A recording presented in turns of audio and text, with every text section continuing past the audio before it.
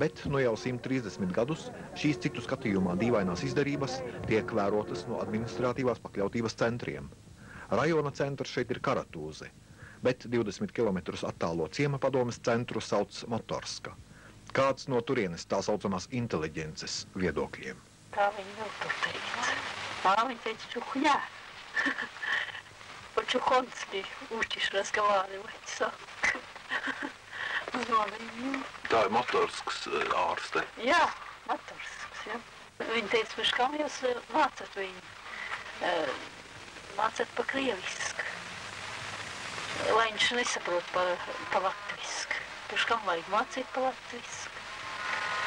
Viņš nemācīs krievos, viņš nemācīs pa krievisku. Es saku, mācīs. Ko viņš nemācīs, viņš iemācīsies. Rotaļ bija un viss, kas bija. Tagad tas viens pats šitais te ir un vairāk nekas nav. Nekas nav, latviešu. Tagad vairāk, ko tad vairs tā nesveikt. Agrāk jau gāja par ielām līdz dienas saulīt nāca augšā, tad nolikās, bišķi pagulēja un iet atkal un līgo. Kur salasījās pulciņos. Tagad jau tie jaunie, viņi līgot vairs nemāk. Viņi aiziet klubā, tad tur visu vakar nodanco un noklubo un nāk uz mājām. Mēs jau gājām kādreiz gar ugunškuriem, izlīgojāmies par ielām. Un tie jaunie... Viss aplīgojām un izlīgojām. Tie jaunie nededzina uguņus, nededzina? Kā tam dedzināt? Viņi dedzina tos uguņus. Neko viņi viņi līgo, ne kaut ko. Tagad tās kaut beigsies Jāņi, te jau mās, kas paliksies, kas jaunie ir.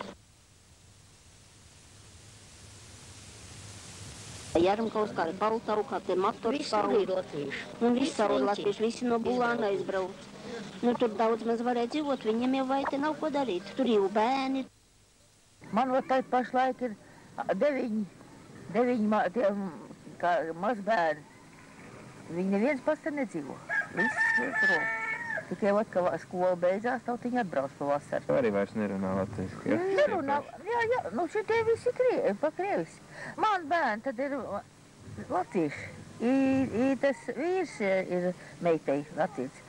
Bērni visi pa krieviski runā. Skolā viņas māca tur, un viņi tā ir iesākuši. Un viņi atbrauc šitie pie manis un ar pa krieviski tā runā. Pa latviski pavisam laužās tā. Neizteiks visu tos vārdi, kā vajadzīgs būt ir. Vēl 25 gadu apakļumot, tad arī ar vēl bija. Par ielām nebija. Tagad arī vai jau cilvēki vienam mazāk un mazāk un mazāk. Ko jauns darīs te strādā? Viņam nav ko darīt, tikai fermu, kur strādā, lopi ir pie lopiem, tad tur viņš vār pa skoķņiku tur un ko tā jau, ko viņš te darīs vairāk? Maizes sēja, tad rudenī tik darbs ir. Siena kaut ko, te zem pasties kā te mums būtu brīvu stāvu. Mums būtu ritīgs vadītājs, kas vada. Mums jau visu to lauks varēja apstrādāt. Tepat arī lejā, te arī viss tas stāv bez neko. Kāda plača stāv tukši. Ka būtu kas vada. Viņus jau varētu apstrādāt vai kādas augļas. Viņam jau nav cilvēka, ko viņam strādās, kam nav vairs cilvēki. Cilvēki visi ir izbraukuši, viņam nav vai ko darīt. Paškur, un vēl līdz šim brauc prom. Vēl, kā jau biškiņā redz, jaunie tie visi brauc projām. Tā tie večot arī paliekās, un tābūt mēs te sitamies un mokamies. Vajadzēja vienu vagonu, vienu vilcienu atsūtīt, un mūs tas latviešus aizvest turus, vai mēs te nemaldamies tādā Krievu stūrē. Kāpēc bulānieši paši vēl nav atgriezušies savā tēvu zemē? Vairs taču nepastāv aizliegums tā darīt. Pastāv cits šķērslis. Viņiem mūsu tautas atmodas laikmetam cauri negājušiem, citu vērtību vidē uzaugušiem, kaut latviski runājošiem, tomēr mūsdienu Eiropas kultūras areāla neietekmētiem, bez iejūtīga atbalsta ir grūti pie mums aklimatizēties. Piesārņotās latviešu valodas un daudzu mūsdienu kultūras parādību neizprašanas dēļ Latvijā viņu lielākoties sastop vēsu un pat nicinošu attieksmi un neiejūtīgumu, jo mēs par viņiem zinām nevairāk, kā viņi par mums. Uz lejas Bulānu aizvestā Rīgas kinostudijas filma Latvija manas mājas pulcināja pilnu zāli. Pēc noskatīšanās tika uzdots jautājums, ko jūs zināt par Latviju un kā sapratāt šo filmu? Mēs viņu вообще nezinām. Mēs viņu nezinām. Man liekas, uzprast viņiem visiem tik tāpat kā... Es tur neko nesapratu. Mums ir tā krievu valoda tik maisās. Mēs gandrīz, ka tā to krievu valodu labāk saprotam kā latvieši. Krievu vārdi ķer no pusvārdu, a latviešu vārds jāklausās ir viss. Pie tam viņi vajag kā tad sakomplektēt, lai var saprast visu to teikumu. Kā jūs, kā tur dzīvojat, tad jūs to visu tā labi saproti. Mēs jau, ko mēs varam tā labi saprast? Latviešu un valoda, kurš jau tā skaidrāk runā pa mūsam, to jau tī tā labi saprota, kas jau, kā tas savādāk, viss nosaukums ir. To jau nevaram izprast. Labi to, kā jau. Labi tas pats, paldies par to pašu. Kaut kas mums būtu bijis bišķītiņ latviski.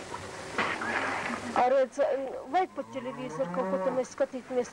Vai radio peredačs būtu bijis kaut kāds, tad latviešu valoda, tad šovakar skatīsimies Jūrmalu. Vot skatāmies ar interesi, tur jau visi krievu valodā pārvests, tur jau nekas nav. Ja atsūtīt jums kādu filmetrāžas filmu latviešu valodā? Visbūvā laikam uz to kino tad, ja būs latviešu. Un ne pa vienu, pa kādu 5-6 reizes rādīsim to kino. Latviešu filmas uz šejieni nesūta nevien. Dažā mājā kaut kur karājas kāds no Latvijas atsūtīts vimpelis. Pirms 11 gadiem atsūtītās latviskās iestāžu izkārtnes no kluba un bibliotekas durvīm sen jau nozudušas. Pāris reizes nejauši ieklīdušas kādas Latvijas turistu grupas, kas ir notikums, par kuru pēc tam ciemā runā gadiem ilgi. Un tas arī ir viss, ko no mūsdienu Latvijas kultūras bagātībām saņēmuši šie mūsu mazākie brāļi. Un vai tauta tos pamestama likteņa varā pati nepelnās šādu likteni? Tuvojas 21. gadsimts, un milzīgajos Sibīrijas plašumos stāv pagaidām vēl latvisks ciems, kurā Ciņa Paulīna un dažas citas tīrā latviešu valodā runājošas sievas ar savām trūcīgajām iespējām vēl aizkavē šīs latviešu saliņas nogrimšanu. Mūsu sēž debesīs, svētīt, lai top tavs vārds, lai nāk tavu valstību, tavs prāts, lai notiek kā debesīs, tā arī virs zemes. Mūsu dienišķo maizi dod mums šodien, piedod mums mūsu parādus, kā arī mēs piedodam saviem parādniekiem, neieved mūsu kārdināšanā, bet atpestī mūs no tā jauna, jo tev pieder tā valstība, tas spēks un tas gods, mūžīgi mūžam. Āmen. Un tas kungs, lai tev pasargā, tavu ieiešanu un iziešanu no šī laika mūžīgi.